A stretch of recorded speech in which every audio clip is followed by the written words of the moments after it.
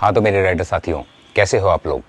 तो आज का जो एपिसोड है वहाँ हम डिस्कस करने वाले हैं कि पोस्ट एक्सरसाइज या पोस्ट वर्कआउट आपने कौन कौन सी चीज़ें हैं जो कि आपने अपनानी है, जो कि आपने करनी है। अगर आप इन स्टेप्स को फॉलो करेंगे या फिर आप इन चीज़ों को अपनाएंगे तो आपकी जो रिकवरी है वो बहुत ही फास्ट हो जाएगी और जो आपकी परफॉर्मेंस है वो भी इन्हांस हो जाएगी। तो चलिए इसी नोट के साथ आज का जो वीडियो है हम फटाफट से स्टार्ट करते हैं। Let's go.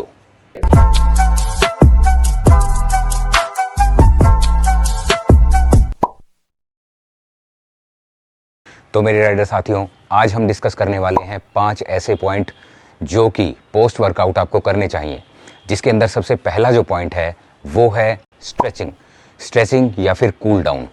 जब भी आप एक्सरसाइज करते हैं, अगर आप मीडियम टू हाई इंटेंसिटी का जो वर्कआउट है वो करते हैं तो वहाँ पर बहुत ही ज़रूरी है कि आप पोस्ट वर्कआउट बॉडी को स्ट्रेच करें।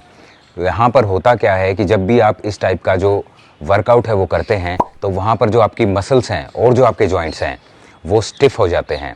तो उनकी जो स्टिफनेस है उसको दूर करने के लिए आपको स्ट्रेच करना चाहिए। इसका जो टाइम पीरियड है 5 to 7 मिनट्स का हो सकता है। आपने ओवर स्ट्रेच नहीं करना है और इस पर्टिकुलर प्रोसेस को करने से आपकी जो रिकवरी है वो फास्ट हो जाएगी और आप रेडी हो जाएंगे अगले वर्कआउट के लिए बहुत ही जल्दी। अब जो नेक्स्ट इंपॉर्टेंट पॉइंट है वो है रीहाइड्रेशन। देखिए, जो रीहाइड्रेशन है वो इतना इम्पोर्टेंट है कि अगर आप सही से अपनी बॉडी को रीहाइड्रेट नहीं करेंगे तो जो आपकी रिकवरी है वो बुरी तरह से इम्पेयर हो जाएगी। तो उस केस के अंदर सबसे मेन इंपॉर्टेंट चीज़ है वो है प्लेन वाटर। जब भी आप कोई भी वर्कआउट करते हैं, फॉर एग्जांपल मैं मेरी टाइप का वर्कआउट जो कि साइकिलिंग है, तो मैं जो भी गैजेट इस्तेमाल करता हूं और वो गैजेट उस पर्टिकुलर वर्कआउट के कंप्लीट होने के बाद जो मुझे रीहाइड्रेशन के लिए जितना अमाउंट वाटर बताता है वो मुझे यूज़ करना है।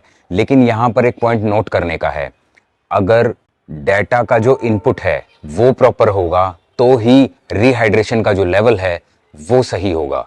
जैसे कि जब मैं साइकिलिंग करता हूं तो मुझे अपना हर गैजेट इस्तेमाल करना है, यानी कि हार्ट रेट डाटा जो है वो मुझे अपने ऐप को प्रोवाइड करना है, जो मेरा पावर डेटा है वो मुझे ऐप को प्रोवाइड करना है, स्पीड मुझे अपने ऐप को प्रोवाइड करनी है, रेस्पिरेशन रेट प्रोवाइड करना है, एम्बिएंट टेम्परेचर प्रोवाइड करना है।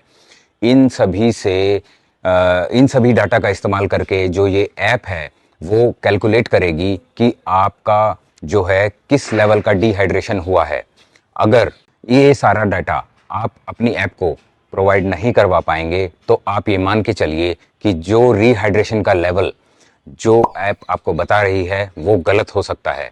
तो इसे अप्रोक्सीमेट मान के चलिए और रीहाइड्रेशन को कंसीडर कीजिए कि हर वर्कआउट के बाद आपने इसे बहुत ही ज़्यादा इंपॉर्टेंस देनी है। अब रीहाइड्रेशन के लिए आप क्या क्या चीज़ें इस्तेमाल कर सकते हैं। सबसे पहली बात जो कि मैंने आपको बताया, प्लेन वाटर।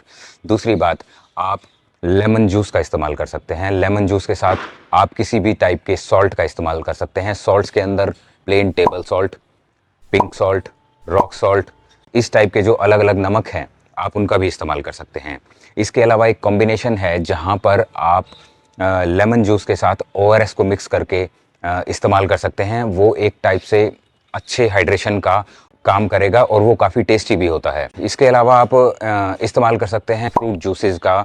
जो होल फ्रूट जूस है वो आपने इस्तेमाल करना है, कभी भी पैक्ड जूस का इस्तेमाल नहीं करना, लेकिन वो रीहाइड्रेशन का एक पार्ट की तरह काम करेगा। अल्टीमेटली तो आपको प्लेन वाटर से ही अपने आप को रीहाइड्रेट करना है। दूसरी बात, अगर कोई भी ऐप आपको रीहाइड्रेट करने के लिए कहती है और कहती है कि आपने आज 2 लीटर जो पानी है वो इस पर्टिकुलर वर्कआउट के अंदर लॉस कर दिया है, तो उस केस के अंदर आपने उस जो डिहाइड्रेशन है उसको एकदम से रिप्लेनिश नहीं करना है। आपने एक पर्टिकुलर इंटरवल ऑफ टाइम, मतलब 2 से 3 घंटे के अंदर उसे रिप्लेनिश करना है। आपने 2 लीटर पानी एक ही बार में नहीं पीना है। तो इन्हीं बातों का ध्यान रखते हुए आपने रीहाइड्रेशन की जो प्रोसेस है उसे कंप्लीट करना है और जो इससे आपकी जो रिकवरी है वो काफ़ी फास्ट हो जाएगी। अब राइडर्स, जो नेक्स्ट इंपॉर्टेंट पॉइंट है वो है फ्रूट्स और वेजिटेबल का यूज़। जब भी आप वर्कआउट करते हैं तो पोस्ट वर्कआउट आप होल फ्रूट या होल वेजिटेबल का, जैसे कि ग्रीन और लीफी वेजिटेबल्स हैं, उनका इस्तेमाल कर सकते हैं। आप उनका सैलड बना के इस्तेमाल कर सकते हैं, आप उनकी स्मूदी बना के इस्तेमाल कर सकते हैं।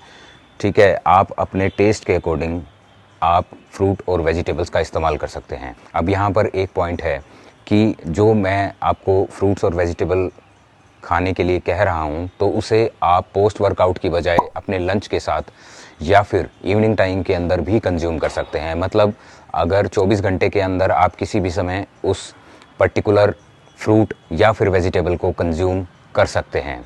इसके अंदर आप ऐड ऑन सॉल्ट या फिर लेमन और सॉल्ट का यूज़ करके उसे थोड़ा सा टेस्ट को उसको मॉड्यूलेट कर सकते हैं और उसे इस्तेमाल कर सकते हैं। यहाँ पर जैसे टोमेटोज़ हैं, उसको आप एक्सेसिव यूज़ ना करें। अगर किसी को स्टोन्स की प्रॉब्लम है तो वहाँ उसे आप अवॉइड कर सकते हैं।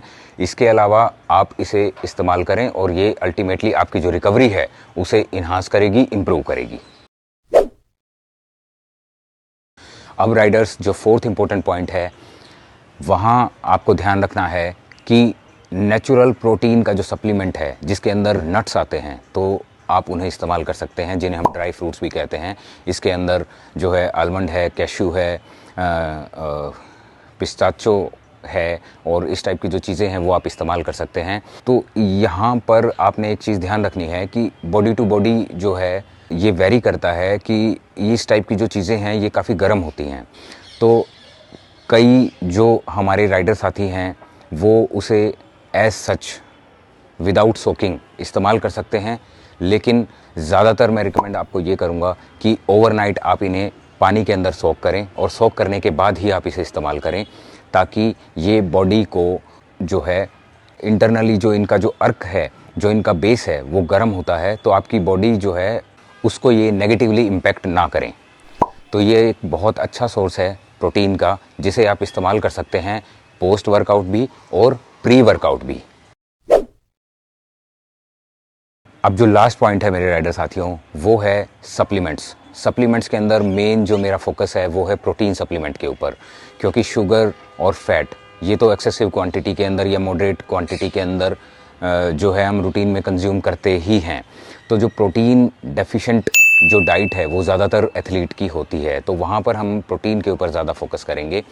अब सबसे पहले मैं यहाँ पर ये आपको सजेस्ट करना चाहूँगा कि जब भी आप किसी भी प्रोटीन सप्लीमेंट को कंज्यूम करते हैं, चाहे वो वे प्रोटीन हो, चाहे वो BCAA हो, या फिर किसी भी टाइप का जो सिंथेटिक प्रोटीन है, अगर आप वो इस्तेमाल करते हैं तो आप किसी भी सर्टिफाइड न्यूट्रिशनिस्ट या फिर स्पोर्ट न्यूट्रिशनिस्ट का जो है उसकी सलाह लें और उसकी एडवाइस के अकॉर्डिंग ही उसे कंज्यूम करें, क्योंकि इस टाइप की जो चीज़ें होती हैं वो कई बार जो है बॉडी को नुकसान करती हैं डायरेक्टली और इनडायरेक्टली। तो ये जो न्यूट्रास्यूटिकल्स हैं, ये जो सप्लीमेंट्स हैं, आपको एक प्रॉपर गाइडेंस के अकॉर्डिंग और प्रॉपर विजिलेंस के अंडर ही आपको इस्तेमाल करने चाहिए। ये आप पोस्ट वर्कआउट भी इस्तेमाल कर सकते हैं, प्री वर्कआउट भी कुछ टाइप के जो सप्लीमेंट्स हैं वो आते हैं, वो भी आप इस्तेमाल कर सकते हैं। लेकिन पर्सनली मैं जो है किसी भी टाइप का जो सप्लीमेंट है वो इस्तेमाल नहीं करता। मैं BCAA कभी कभी इस्तेमाल करता हूँ। इसके अलावा मेरा जो फोकस है, मेन जो फोकस है वो जो है नेचुरल सप्लीमेंट्स के ऊपर होता है, जिसके अंदर मीट, जिसके अंदर एग्स और जिसके अंदर दाल, पनीर, टोफू और जो इस टाइप के जो सप्लीमेंट्स हैं वो मैं यूज़ करता हूँ।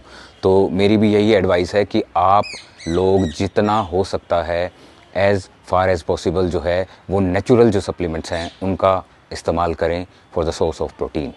तो मेरे राइडर साथियों, ये थे आज के 5 ऐसे पॉइंट जो कि आपने ध्यान रखने हैं पोस्ट वर्कआउट, और कोशिश करना है कि आप इन्हें अपनी जो लाइफस्टाइल है उसके अंदर इम्प्लीमेंट करें, ताकि जो आपकी रिकवरी है वो फास्ट हो और जो आपकी जो परफॉर्मेंस है वो इंक्रीज़ हो। तो आशा करता हूँ कि आपको इस पर्टिकुलर एपिसोड से कोई ना कोई वैल्यू मिली होगी, कोई ना कोई नॉलेज मिली होगी। अगर ऐसा हुआ है तो आप चैनल को सब्सक्राइब कर लीजिए, लाइक कर दीजिए और शेयर कर दीजिए। तो मिलते हैं ऐसे ही इंटरेस्टिंग और नॉलेजेबल वीडियो में next time. Till then, happy riding and thank you.